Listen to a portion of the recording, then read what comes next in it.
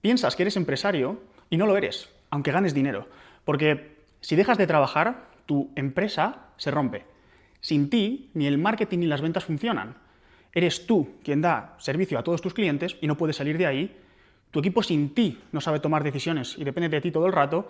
Y todos los fuegos en la empresa los tienes que apagar tú. No tienes una empresa. En el mejor de los casos, tienes un trabajo bien pagado con ayudantes. Mi nombre es Jesús Orozco y durante casi 10 años he construido una firma de consultoría desde cero, a decenas de millones de facturación y millones de beneficio, con un equipo de élite que escala la empresa por mí sin que yo tenga que entrar.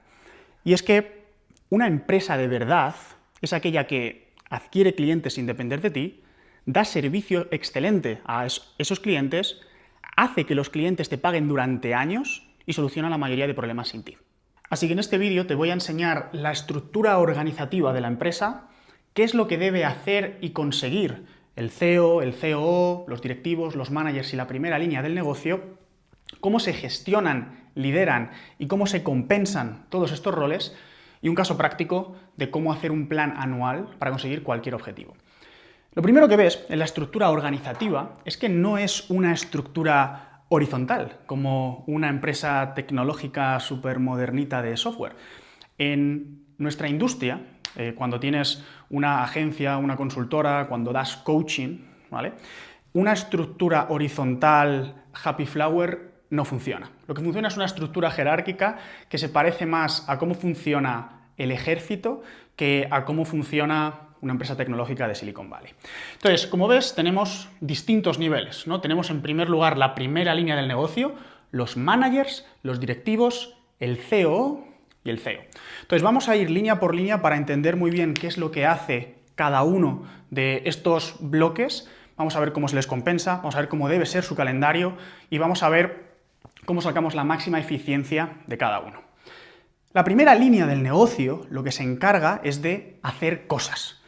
Escriben marketing, llevan los anuncios, editan vídeos, venden, cierran ventas, están con clientes, presentan la contabilidad. Y lo que hacen es seguir un proceso que alguien les da. Ahora lo veremos por arriba, ¿no? No quiere decir que no piensen, pero sí que quiere decir que tienen que seguir un proceso que se les da en un 80-90%. Se les da un espacio mínimo para iterar y para innovar, pero hay una caja claramente definida para conseguir eficiencia a escala. Entonces, a esta gente, si sigue el proceso, consiguen resultados. Y se les mide por lo que hacen, no tanto por lo que consiguen. Porque si siguen el proceso que se les da, por ejemplo, si el closer sigue su script de ventas, si el closer sigue el proceso cuando no está en una llamada, si sigue esos dos procesos, literalmente va a conseguir el resultado mínimo que se espera de él de 25, 30, 40% de closing, lo que sea.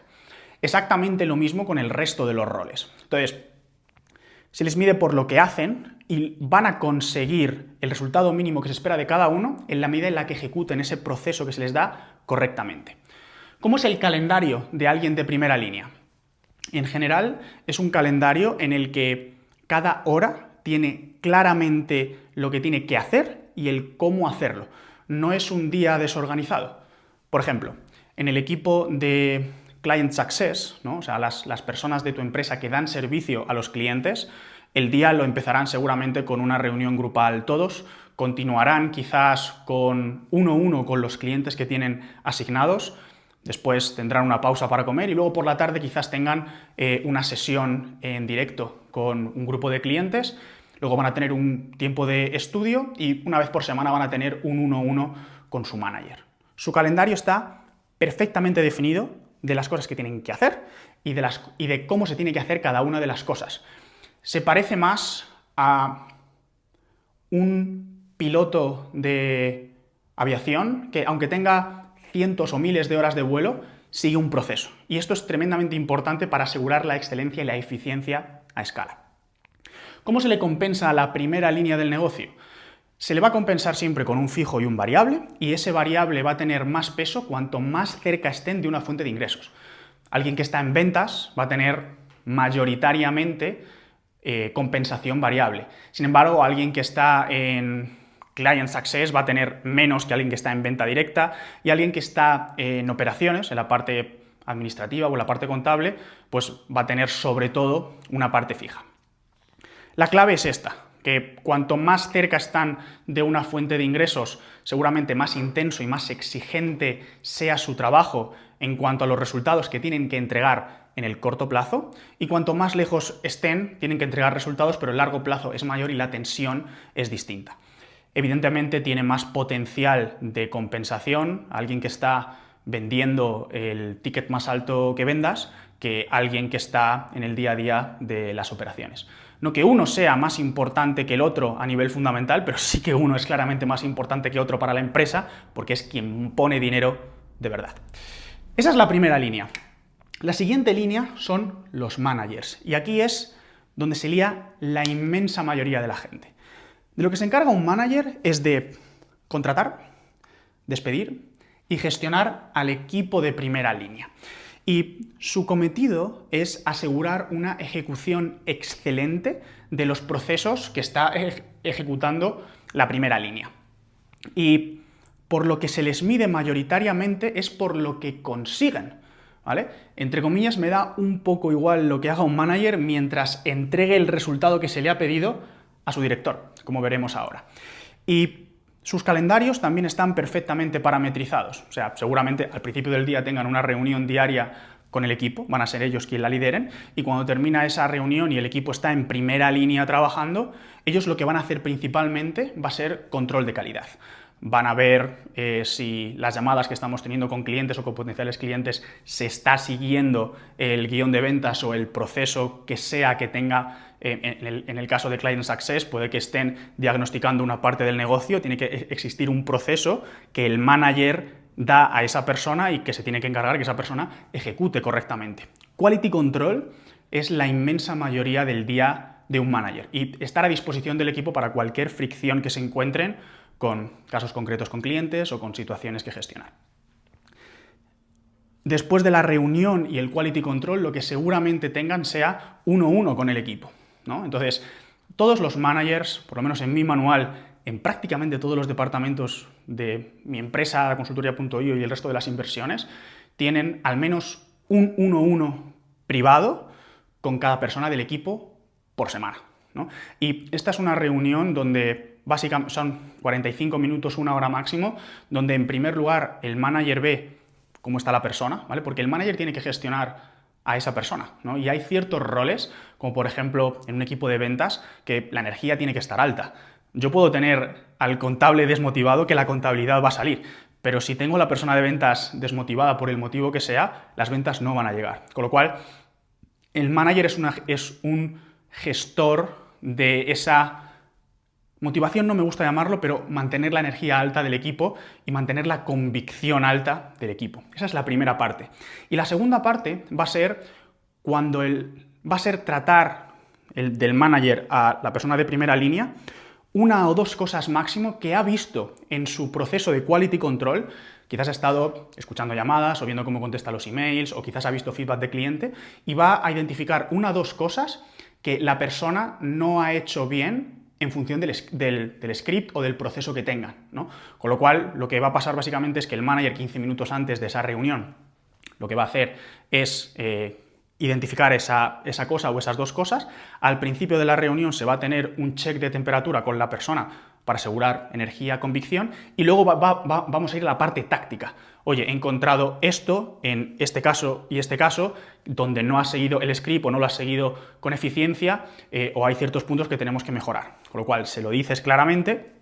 Después, lo que haces es sacas el script o sacas el proceso que tenga que seguir y haces un diagnóstico de esta parte del script es de esta forma, tú lo has hecho de esta. Puede que o se lo haya saltado, que no lo haya hecho correctamente o que le falten ciertas cosas. Con lo cual, lo que se hace es, primero, decirle exactamente lo que ha fallado, decirle cómo solucionarlo y luego se hace roleplay. Roleplay es básicamente, vale, vamos a hacer una situación ficticia donde voy a convertirme yo en el cliente o en el potencial cliente y vamos a repetir esta situación para que entrenes y que aprendas cómo se hace.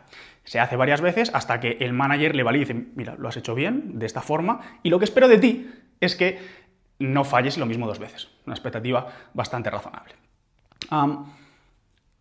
El final del día del manager es revisar los reportes de final del día de toda la primera línea. La última tarea de alguien en primera línea es completar un reporte a su manager cada día. Y la última tarea del manager cada día es revisar todos los reportes de fin del día, porque en el daily por la mañana será una de las cosas en las que se base. ¿Cómo está estructurada la compensación de un manager? Y de nuevo, esto va a depender cuán lejos o cerca esté de una fuente de ingresos directa, ¿no? Evidentemente, un manager de ventas va a tener más impacto en el variable que un manager de operaciones o incluso un manager de client success, por ejemplo. Pero básicamente, un fijo alto, ¿a qué me refiero? Cuando yo traigo managers, el fijo que les pago es mayor del que cobraban en otro sitio, es el ticket de entrada que tengo que pagar para atraer a esa persona. Y cuando digo alto, aunque todo es relativo, sé que todo el mundo en esta industria los consideraría altos porque ninguno en esta industria pagáis bien, pagáis muy poco y por tanto pues obtenéis lo que pagáis, que es en general talento bastante malo. Entonces, un manager, dependiendo de en qué rango esté, va a estar entre 40.000 fijos al año por el rango bajo hasta igual 80, 100, 120.000 euros de fijo, dependiendo de la experiencia que te traigas de fuera, más luego un buen variable. Un manager puede estar en OTE, que es On Target Earnings. Esto quiere decir que fijo más todos los bonus que tenga trimestrales por resultado. Si todos esos bonus los consigue, seguramente esté entre 100 y 200.000 euros al año, dependiendo de dónde esté. Simplemente para que te hagas una idea de los baremos en los que empresas de verdad se mueven para tener gente mejor que tú y que empuje la empresa por ti. Estos son los managers. Los managers, eso es lo único que hacen. Ahora vienen los directores. Y antes de seguir, si tienes una empresa de infoproductos, de B2B, consultoría, agencia y quieres de verdad profundizar en estructura de organización, sistemas y procesos para gestionar personas, en la descripción está mi canal de Telegram y voy a dejar exactamente el mismo manual que utilizo yo, que he dado a mis directivos, literalmente lo tengo impreso encima de la mesa, y el que utilizo con mis clientes privados. Es gratis, no hace falta que pongas tu email, no te va a contactar nadie, no tengo nada para venderte. Los directores son responsables de una unidad de negocio. ¿Qué es una unidad de negocio? Pues aquella unidad que tiene ingresos, gastos y por tanto un resultado de esa unidad de negocio.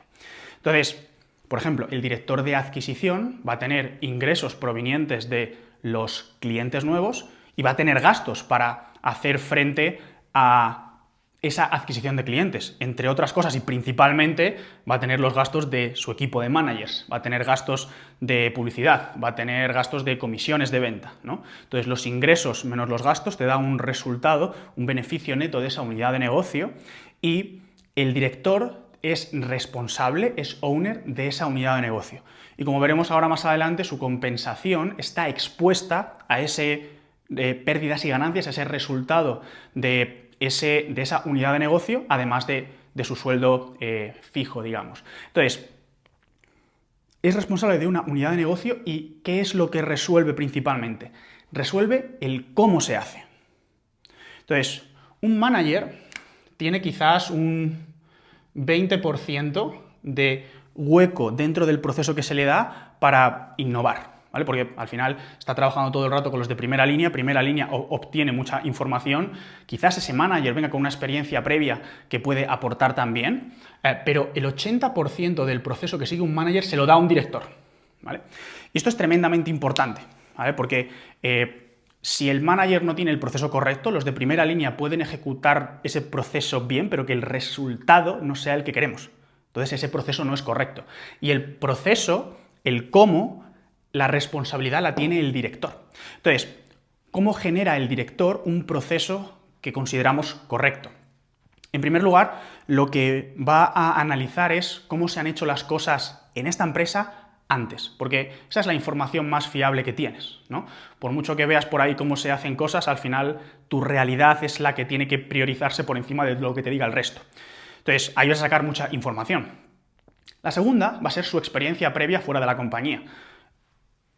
he de decir que la mayoría de mis directivos ha sido un crecimiento interno, con lo cual la inmensa mayoría de su experiencia de nuestra industria, por no decir toda, viene de nuestra propia empresa. Pero también tengo directivos que han trabajado en otras empresas, en otros proyectos, que evidentemente su experiencia es de extrema utilidad. De hecho, una de las cosas que yo más valoro en los directivos es que me vengan con experiencia previa o que incluso puedan utilizar su network de personas con las que han trabajado en el pasado para que potencialmente se vengan a trabajar con nosotros.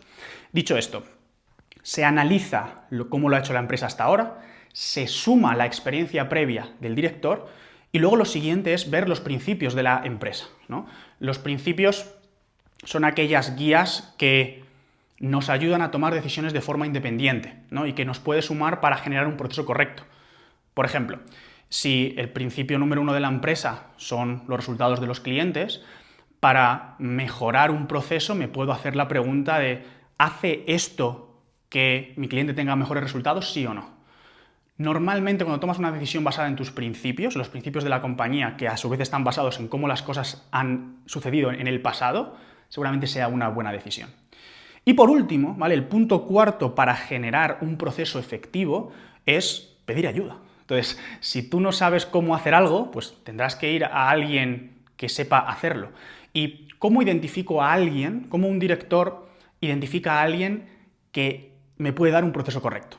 Pues normalmente es alguien que ya ha resuelto lo que sea que tengas encima de la mesa durante muchos años a un nivel mucho más alto de lo que tú quieres conseguir. Y que si está dispuesto a trasladarte esa información, pues ya lo tienes, ¿no? Es como el truco, ¿no? Entonces, yo en los últimos 10 años diría que la mayoría de los procesos han venido de mentores, coach, asesores, y he de decir que la mayoría no son en plan públicos. Muchos de ellos son en plan o alguien que me han presentado que creo que me puede aportar en un área, o a lo mejor un libro que me he leído y hemos ido a buscar al autor y le hemos convencido para que nos dé consultoría.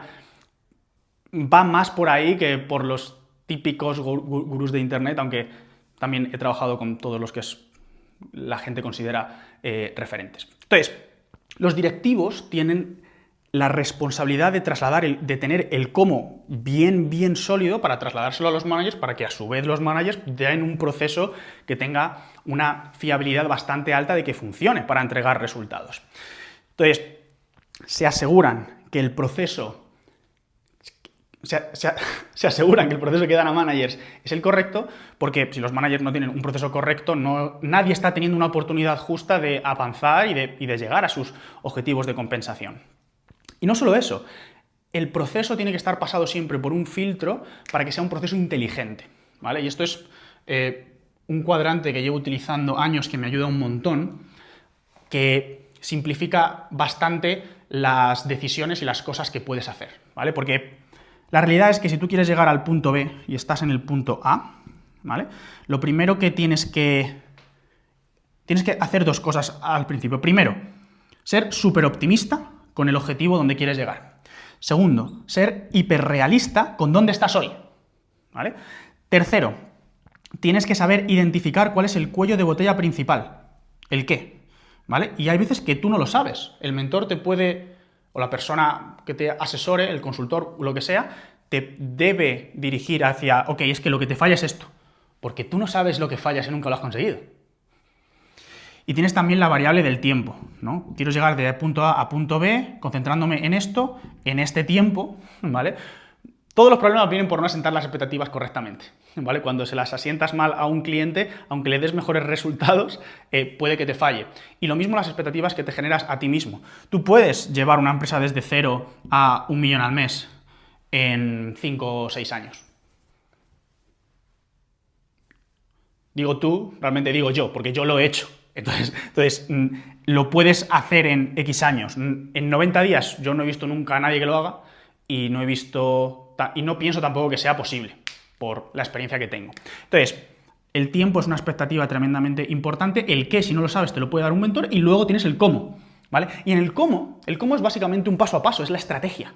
Es en plan de, ok, pues para resolver esto es paso 1, paso 2, paso 3, paso 4, paso 5, y cuando tienes esto, tienes la ejecución. Has pasado de hacer la estrategia, que es el qué, a la planificación, que es, ok, lo voy a hacer en este tiempo, no sé qué, al cómo. ¿vale? Y entrar en modo ejecución. Entonces, esto puede ser una lista infinita de cosas para hacer que una empresa de infoproducto, coaching, consultoría, B2B escale. Puedes hacer 10.000 millones de cosas. 10.000 millones de cosas. Y la tienes que pasar por este filtro. El filtro es que ese universo infinito de cosas que puedes hacer puede tener un impacto de que me aumente un 20% el resultado que quiero conseguir, que seguramente sea crecer con beneficio neto, o que me multiplique la empresa por 2. Evidentemente, voy a intentar buscar las cosas que si las hago tengan una posibilidad razonable de multiplicar mi empresa por 2. Y a su vez, tienen otras dos dimensiones, la dimensión del esfuerzo y el tiempo. Porque yo puedo hacer algo que me multiplique la empresa por 2, pero si me va a llevar 20 años y me va a llevar un esfuerzo descomunal, pues igual no tiene sentido. Entonces, está la dimensión difícil, la dimensión hard y la dimensión smart, que va en función del tiempo y el esfuerzo. Evidentemente, para priorizar y para cogerte idealmente una sola cosa, tenemos que pasarla por este filtro y que alguien que ya lo haya hecho nos diga, esto es 2X Smart. Ejemplo, si tocas estos dos botones te mejora la conversión. Muchas veces cuando empiezas a trabajar con un mentor, si el mentor es bueno o el coach es bueno o lo que sea, tú o tus directivos, igual ve tu negocio y te dice, toca estos dos botones, haz esto. ¿Sabes? Y a lo mejor tú no lo sabías o tenías miedo, una creencia limitante, o no tenías la convicción de que eso era realmente lo que tenía que hacer, pero cuando ese mentor, ese consultor te traslada esa convicción, lo haces y funciona. ¿Vale? Eso denota que estás trabajando con un experto o tus directivos están trabajando con un experto. Entonces, el proceso que llevan los directivos está basado en sacar esa información y que el resultado final sea intencional con esto, sea de forma inteligente, porque si no, no va a funcionar. Entonces, ¿cómo se compensa a un directivo? ¿Vale? Pues va a tener un sueldo fijo, ¿vale? Yo no me imagino en qué situación en una empresa, en nuestra industria, pondrías a un directivo solo un variable. Entiendo que podría ser, no veo un motivo por el que no pudiera ser de ninguna manera, yo no lo he visto, o no he visto a nadie que lo haga de forma consistente. Quizás si tienes un directivo que ha trabajado mucho en la industria y que solo quiere variable, podría ser, pero no creo que funcione en el medio y largo plazo. Opinión personal. Entonces, un fijo, ¿vale? Un fijo que tiene que ser también alto. Yo no tengo ningún directivo que cobre menos de 100.000 de fijo. Ninguno. ¿Vale? Y lo que sí que tienen todos es una exposición a su P&L, a sus pérdidas y ganancias. Porque llevan una unidad de negocio que tiene ingresos, que tiene gastos y que tiene un resultado. Y parte de ese resultado es mi creencia que en nuestra industria tiene que compartirse con los directivos de forma directa. Por ejemplo, yo puedo tener un manager de ventas, ¿vale? Que cobre 100.000 euros al año de fijo y que se lleve me lo invento, un 3% del resultado de su P&L cada trimestre. Es una compensación muy sencilla de entender. Estoy pagando el ticket de entrada para tener a ese talento y además le estoy incentivando claramente con que si tú equilibras bien los ingresos y los gastos de toda tu unidad de negocio, se comparte una parte contigo, ¿no? Hay cosas evidentemente que puedes controlar y hay cosas que no. Esto es un equipo y es una empresa, pero tienes una exposición directa. Un directivo en una empresa que facture cerca de 10 millones de euros al año o alrededor de 10 millones de euros al año, en nuestra industria debería poder llegar a cobrar más de 250.000 de euros al año. O alrededor de 250.000 de euros al año entre fijo, más variables y las cosas funcionan bien. Evidentemente, en función de la etapa en la que estés, puede que no lo necesites o puede que ni siquiera lo puedas pagar, ¿vale? Con lo cual es exactamente lo mismo. Llegados a este punto, si te fijas, tú hoy seguramente estés haciendo cosas de primera línea, estés haciendo cosas de manager y estés haciendo cosas de directivo. Y puede que hayas cometido el error de llamar a alguien en tu empresa manager cuando no lo es y directivo cuando no lo es. No es malo, en el sentido de que cuando empiezas una empresa, pues empiezas tú y vienen los ayudantes y luego montas más equipo y de estas cosas las aprendes, ¿vale? Pero es importante tener en la cabeza cómo se estructura una empresa, ¿vale? Para que aunque no tengas directivos y managers y primeras líneas y todo esto, que tengas claro cuáles son los roles y qué es lo que tiene que pasar en una empresa para que funcione. Entonces, directivos. Luego tenemos el rol del COO, ¿vale? Que es el Chief Operating Officer. En mi definición de COO para nuestra industria, es una persona que complementa al CEO, o sea, te complementa a ti, con lo que no es su área de genialidad, ¿vale? Y aquí pues depende del CEO.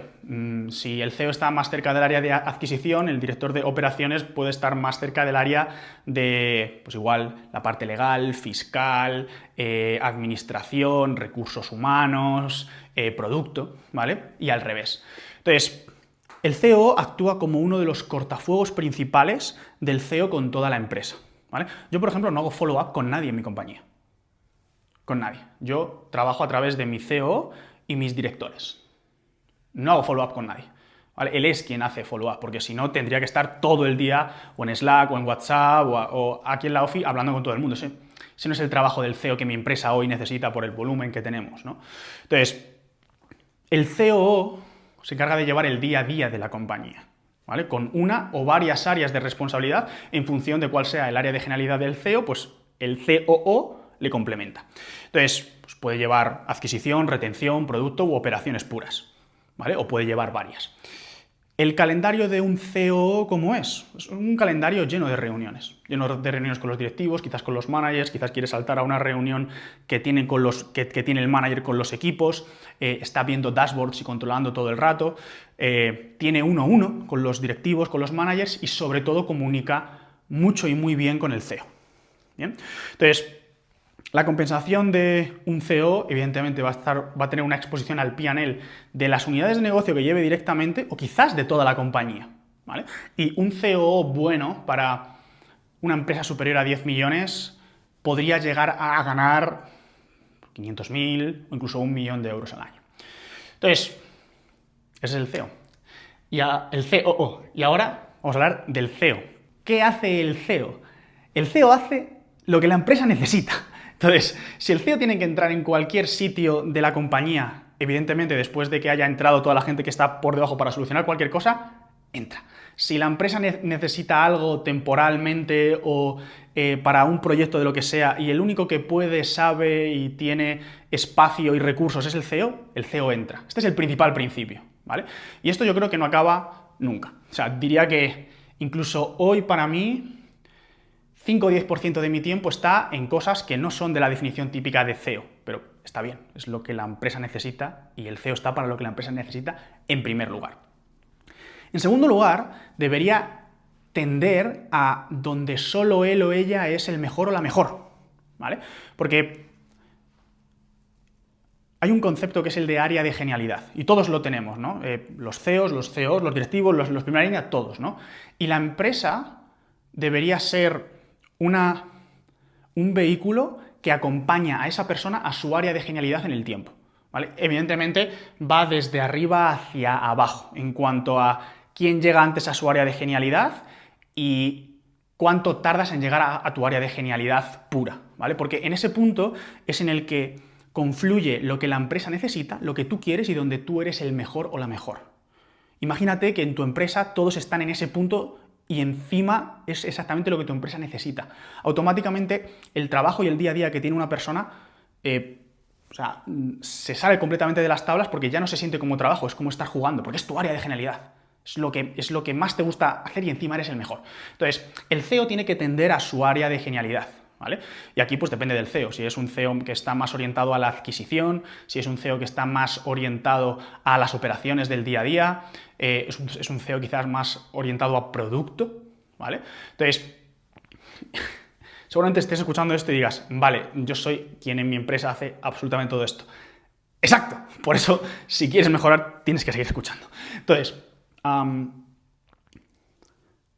donde la empresa necesita, donde eres el mejor y si encima te gusta lo que haces, bingo, ¿vale? Ese es el principal principio del CEO. La siguiente responsabilidad del CEO es la cultura de la compañía, ¿vale? Y esto es un concepto muy amplio. Yo recuerdo de ver libros, cursos, preguntar a gente y tal, y me hacía la picha un lío y no me enteraba de nada de lo que era la cultura. Entonces, como lo he simplificado para entenderlo yo y para trasladárselo a mis directivos, a mis clientes, es que la cultura es liderazgo, y liderazgo a través del ejemplo. No es lo que dices, es lo que haces, ¿vale? Si uno de tus principios es los resultados de tus clientes y tú dices que los resultados de tus clientes y tal, y lo más importante, los resultados de los clientes, pero de repente tienes un funnel de adquisición que es muy rentable, pero no trae a los clientes correctos y no hace que los clientes que ya tienes y los clientes que entran tengan mejores resultados, ¿qué dice de ti como CEO el hecho de no priorizar el principio número uno, que es resultados de los clientes? Sí, hace que la empresa sea más rentable y evidentemente la empresa tiene que ser rentable porque si no, no es una empresa. Pero la gente lo ve. Dice, ostras, el CEO me está diciendo que esto es lo más importante, pero claramente estamos viendo que lo más importante es la pasta. ¿Vale? Que no es que no sea importante, pero existen prioridades. Esto a mí me pasó y hace relativamente poco. O sea, montamos un funnel de adquisición de un segmento de clientes tremendamente rentable y nos dimos cuenta que la tasa de éxito de esos clientes no era tan alta como la que llevábamos teniendo casi 10 años. Y aunque era muy rentable, decidimos pararlo. Y no lo hice para sacar pecho en una reunión del equipo para que todo el mundo viera que... No, es porque realmente los principios de la compañía es lo más importante y no se negocia. Entonces, la cultura es el liderazgo a través del ejemplo. Y lo mismo que lo haces tú, lo va a hacer el resto. ¿Vale? Pues es un espejo.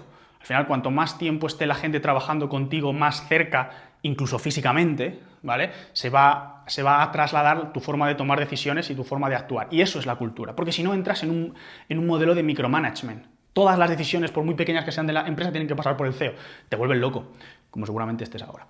Dicho esto, la siguiente tarea táctica principal es contratar, liderar y despedir a los directivos y al CEO, ¿vale? Porque es el CEO quien selecciona al COO y es el CEO quien selecciona también a la inmensa mayoría de los directivos con o sin el COO, ¿vale? Esto es tremendamente importante y este es uno de los principios que a mí más me ha servido y es que el CEO no construye la empresa. El CEO construye a las personas que construyen la empresa. Esta es la clave, ¿vale? Entonces, yo no resuelvo el cómo, yo resuelvo el quién, ¿vale? Esta es la clave. Un CEO consolidado, cuando tiene un cuello de botella, ¿vale? Puede que necesite un mentor para decirle en qué me tengo que concentrar, pero después no va al cómo, va al quién y que el quién resuelva el cómo. Una derivada de la cultura es la visión, la misión y los principios. La visión es contestar para qué estamos aquí y es una frase, una idea que no termina nunca, ¿no? Que nos da energía infinita en el horizonte, ¿no? Entonces, por ejemplo, en consultoría.io es Make e-commerce great again, es hacer al e-commerce grande, es lo que ponen las gorras que están por ahí, las que verás en la página web o donde sea, ¿no? Y lo que esto significa es que hay muchas formas de hacer e-commerce, ¿vale? Tú puedes hacer dropshipping, puedes vender en Amazon, puedes ser un gran grupo textil, o puedes intentar montar una marca privada y perder dinero, o puedes construir una marca privada basada en tu pasión y escalarla con beneficios netos para que sea un vehículo para ganar dinero tú y mejorar tu vida, cuidar de los tuyos. Esa es la visión de consultoría.io. Ese es el pilar sólido sobre el que se fundamenta todo. Eso lo define el CEO. Después de la visión tienes la misión, que es un objetivo en el medio plazo, ¿vale? Medio plazo para mí es 3 años. El corto plazo son mínimo 1 año, de 1 a 3 años, y el cortísimo plazo, pues eso, está 6 meses, dependiendo del proyecto quizás 1 año. Corto plazo es eso, ¿vale? Corto plazo no es este mes, ni este trimestre, ni los 90 días, ¿vale? Entonces, una vez defines ese horizonte temporal, ¿no? De que la misión es los próximos 3 años, ¿cuál es la misión que tenemos ahora? En consultoría.io, por ejemplo, es impactar en 1 billón de personas a través de nuestros clientes, ¿vale? Y eso lo podemos medir porque sabemos cuántos clientes tenemos, nuestros clientes sabemos cuántos clientes tienen y sabemos la suma de esos clientes y por tanto podemos medir ese impacto, ¿vale? Es una misión más grande, no son tanto los objetivos. Lo tercero sí que son los objetivos a corto plazo, que es lo que quiero para el año que viene, por ejemplo, ¿vale? Ese es el objetivo principal que piensa el CEO. ¿Vale? Y luego ese objetivo grande se trocea, como veremos en el caso práctico ahora. Entonces, tienes visión, tienes misión, tienes objetivos y tienes principios, que los comentaba antes, ¿vale? Los principios son las guías que nos ayudan a tomar mejores decisiones para evitar el micromanagement y dar autonomía a toda la unidad organizativa. A toda. Entonces, en consultoría.io tenemos 3 principales, ¿no? Resultados de nuestros clientes, lo que es mejor para el cliente es lo mejor para todos. muro espartano, que es que nos cuidamos y protegemos unos a otros, y aquí está la parte de nuestra empresa es una empresa de beneficio neto, ¿vale? No es tanto de facturación por facturación como puede ser una empresa de software, por ejemplo, y el concepto de ownership, ¿vale? De que cada persona tiene un ownership. Tengo mis clientes o mis leads, y tengo mi equipo, y tengo mi equipo más desarrollado, y tengo mi empresa, ¿vale? Es ese ownership, ¿no? Ese ownership que, si nos lo llevamos a un equipo de ventas, es su pipeline. Si nos lo llevamos a un equipo de client success, son los clientes que tiene asignado cada consultor. Ownership. ¿Y cómo es el calendario de un CEO, ¿no? Te puedo contar cómo es el mío ahora mismo. Y es que mi tiempo está principalmente en reunión semanal con el CEO y con los directivos, que son unas 3 horas a la semana. Está también en acompañar a un grupo de clientes muy top, ¿vale? Menos del 1% de los clientes, bueno, y menos del 0,5% de los clientes también. Y yo tengo un rol importante, en este caso, en adquisición, porque en el canal de adquisición de los anuncios, pues, salgo yo. Y en el canal de adquisición de contenido orgánico, salgo yo. Aunque los anuncios en nuestro caso es literalmente el que menos beneficio neto nos da del resto de los canales que tenemos, lo que pasa es que lo que se ve principalmente son los anuncios, yo tengo que estar ahí todavía. Ese es mi día a día. Y acompañar y estar presente para mis directivos, sobre todo en las oficinas. Ahora mismo yo estoy grabando en mi despacho, en las oficinas de consultoría.io, ¿no? Y el resto de los despachos, pues hay gente de primera línea, hay ejecutivos y sobre todo managers y directivos, que son los que están aquí. ¿Y cuál es la compensación de un CEO? Pues la primera parte sería entender que el CEO tiene que tener un sueldo, ¿vale? Porque si yo tuviera que contratar a un CEO, ¿vale? Tendría que pagarle dinero en fijo, no voy a tener un CEO que me cobre solo variable. Y si piensas que lo vas a encontrar o que lo puedes tener, no va a funcionar seguro, ¿no? Entonces, no, seguramente no estés en el punto de contratar un CEO, ni lo estoy yo, imagínate tú. Entonces, el CEO tiene que tener un sueldo porque, primero, dependiendo de la jurisdicción donde estés, tienes una implicación legal de no tener sueldo, y luego, por supuesto, tienes el control del net free cash flow, del beneficio del negocio, ¿no? Eso sí, el CEO es el owner, que suele ser el caso en las empresas de nuestra industria, ¿no? En mi caso yo soy el único propietario, pero quizás tú tienes un cofundador o tienes más socios, lo que sea. Si sois más socios, más sentido aún tiene tener sueldo, porque cada uno debería tener un job description, una descripción de exactamente lo que hace y cómo se compensa eso, ¿vale? Eso es otro tema. Y luego, después de pagar todo a todos, tienes a final de año un net free cash flow, y ahí puedes decidir cómo lo usas, ¿no? Vamos a reinvertir en algo dentro de la compañía, te lo retiras todo para ti, lo que sea, ¿no? Y evidentemente aquí pues puede estar en 7 cifras, múltiples 7 cifras u 8 cifras incluso. Vamos a ver ahora un ejemplo práctico de cómo aplicar todo esto en un plan anual. Entonces, el plan anual empieza desde arriba del todo, ¿no? Entonces, evidentemente los planes siempre van a tener un objetivo que va a ser net free cash flow. Vamos a poner un ejemplo de 5 millones de euros al año en net free cash flow. Lo que pasa es que el CEO es quien marca ese objetivo, ¿no? Y básicamente dice, para el año que viene, 5 millones net free cash flow, buscaos la vida. No exactamente. Entonces, aquí es donde empieza el trabajo junto con el COO y quizás algún director que sea más senior o incluso con todos los directores, ¿no? Y aquí es donde tenemos que el objetivo grande que ha marcado el CEO de beneficio neto, ¿no? de cash flow libre antes de impuestos que se puede repartir y para los owners, que en este caso es el mismo que el CEO, tenemos que dividirlo, ¿no? La primera división, ¿cuál es? La primera división es ese beneficio neto va a venir en parte de clientes nuevos y de clientes que ya tengo. En una empresa de nuestra industria que funciona bien, la inmensa mayoría del beneficio viene de los clientes que ya tengo, de que nunca me dejen de pagar, de poder siempre servirles después de resolverle el primer problema, de que nunca se vayan, ¿vale? En mi caso, más del 70% del beneficio de toda la compañía es de clientes que ya tengo. Tengo miles de clientes. Hay alguno que lleva pagándome 6-7 años. Entonces, de esos 5 millones de beneficios, si el 70% del beneficio viene del backend, ¿no? Estamos hablando de 3,5 millones que van a venir de beneficio del backend y 1,5 millones que van a venir del frontend. Entonces, dado que lo principal es el backend, tengo que bajar con el COO o el COO tiene que bajar al primer directivo, que va a ser seguramente pues, el director de producto y client success, que va a ser el que directamente va a estar involucrado en que los clientes tengan resultados y que cuando tienen esos resultados asciendan y cuando termine su programa asciendan al siguiente y cuando estén en el último que renueven, ¿vale? Con lo cual, el director de producto y Client Success con el COO, ¿qué preguntas se va a hacer? Ok, estamos en métrica, o sea, estamos ascendiendo y reteniendo. ¿Qué porcentaje de retención tenemos de clientes a 6 meses, 1 año, 12 meses, o 2 años, 3 años, etcétera, etcétera? Si estamos en métrica, genial. Luego nos vamos a hacer la pregunta de, ok, ¿cuánto va a meter de clientes nuevos el director de adquisición?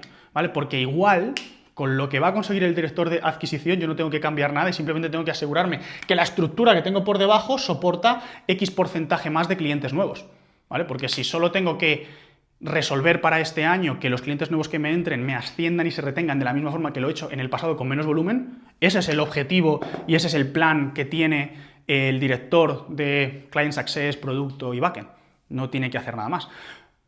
O quizás lo que tiene que hacer es mejorar ciertas métricas. Ostras, nos hemos dado cuenta cuando hemos hablado con este mentor que nos ha dicho que un 40% de retención está ligeramente bajo, que nos ve más en un 50%, con lo cual tenemos que empezar a mejorar esta coreografía de producto, tenemos que identificar antes los puntos de activación, tenemos que gestionar mejor los puntos de drop-off, tenemos que entender mejor el churn en los primeros 30 días, lo que sea, ¿vale? Porque el 70% del beneficio, del objetivo, va a venir del backend, ¿no?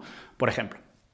Y luego vamos a bajar al director de adquisición, ¿no? Adquisición, retención, y el director de adquisición le vamos a decir, ok, tienes que entregar 3 millones profit, ¿no? No, hemos dicho 1,5 millones profit, porque era el 30% de 5 millones de objetivo. Entonces, ok, el director de adquisición lo que tiene son distintos canales de adquisición, ¿vale? Tendrás los anuncios, tendrás orgánico, outbound y quizás partnership. Esos son los 4 que tengo yo y luego cada uno tiene como multicanal, ¿no? En paid ads tienes Google, tienes Meta, en orgánico tienes distintos canales, tienes Instagram, tienes YouTube, en outbound tienes cold email, cold calling, cold LinkedIn, y luego en partnerships tienes principalmente clientes que te traen otros clientes, que recomiendan clientes, y empresas del sector que también te traen clientes, ¿no? Por poner una referencia, en la contribución de profit de clientes nuevos por canal, la que menos es partnerships, que es como un 15%, luego iría paid ads, que es un 20%, luego iría orgánico y luego iría outbound, que es, en mi caso, que es un 40%, que es lo que pasa en secreto. Dicho esto, el director de adquisición tiene que ver cuáles son de los canales que tiene, cuál es el que más y mejor oportunidad tiene para llegar seguro a esa contribución, con lo cual puede que un año no me concentre en 3 de los 4 canales, los 3 los voy a dejar correr y voy a concentrarme en uno que es el que va a tener más impacto, ¿vale? Y ese es un trabajo que hace COO con director de adquisición, quizás acompañado ligeramente del CEO. Y luego bajamos a los managers. El director de retención va a tener quizás un manager específico para una fase del programa y el director de adquisición pues tendrá un manager quizás de paid, otro manager de outbound, otro manager de partnership y el objetivo que tiene global para él, esos 3 millones, lo tiene que repartir entre ellos y tiene que decidir dónde dirige el principal motor de crecimiento, idealmente en un único sitio, porque cuando haces 2 cosas a la vez o 3 o 17 como pretendéis la inmensa mayoría, no sale bien. Entonces, voy a ir a mis managers y a mis managers les voy a poner en primer lugar un objetivo para el año. Voy a ir a mi manager de front-end sales y le voy a decir, este año tiene que crecer un 40% tu unidad de negocio, ¿vale? Y el manager tiene que identificar si tiene los recursos correctos para hacer eso posible. Dice, ok, en el caso de un manager de ventas, ¿tengo los closers suficientes o me hacen falta más closers? ¿Los closers cierran como tienen que cerrar? Porque imagínate que en equipo se les pide mínimo un 30% y en equipo están en un 25%. Vale, pues si tengo gente que está en un 20%, le tengo que echar del equipo y tengo que sustituirle. O si aún sustituyendo necesito más training, pues a lo mejor necesito acompañamiento de un mentor. ¿Vale? El manager tiene que sentirse sólido en cuanto a los recursos que tiene para entregar el resultado que le acaban de pedir, porque si no, no lo va a poder entregar. Tiene que tener la convicción de que lo puede conseguir también, porque si no, difícilmente se lo va a poder entregar, va a poder trasladar esa convicción a su equipo, ¿vale? Y más si es en ventas, siguiendo con el ejemplo. Después, tiene que preguntarse si lo sabe hacer. Y hay que ser súper honesto con esto, ¿sabes? Porque si el manager no sabe hacerlo, o sea, si cuando mira los procesos que tiene le faltan, pues tiene que trabajar con el director. Bueno, la responsabilidad sería del director de asegurar que tiene todos los procesos, pero la responsabilidad de que el manager sepa hacerlo es trabajando uno a uno, seguramente, o con el director o a través de un mentor, ¿no? Tengo claro los recursos para conseguirlo, las personas, los que tengo me valen, genial. Los que son un maybe, pues a lo mejor tengo que darles más coaching o echarles, ¿no? Entonces, y si necesito más gente, si simplemente es, pues lo que necesito es pasar de 15 closers a 21, ¿vale? Pues tendré que empezar un proceso de contratación, que es responsabilidad de los managers. Y una vez tenemos todo esto, los primera línea, ¿vale? A través de comunicación de sus managers, se les traslada sus nuevos objetivos, quizás se les reajusta la compensación, se les pone variables, los incentivos correctos para que tomen la acción correcta en la dirección correcta, se les actualizan los procesos y a funcionar. Aunque este es un vídeo de más de 40 minutos, es una sobresimplificación de todo el modelo de gestión. Y lo que quiero darte es este manual, ¿vale? Es exactamente el mismo manual que utilizo yo, que tienen mis directivos, que tienen mis clientes privados con los que trabajo. No es el típico lead magnet de mierda que no vale absolutamente para nada. O sea, es literalmente... Son 20 páginas, ¿vale? Yo, de hecho, lo tengo impreso y te lo voy a dejar gratis en mi grupo de Telegram. El link está en la descripción. No hace falta que pongas tu email, no te va a contactar nadie, no tengo nada que venderte, no necesito tu dinero.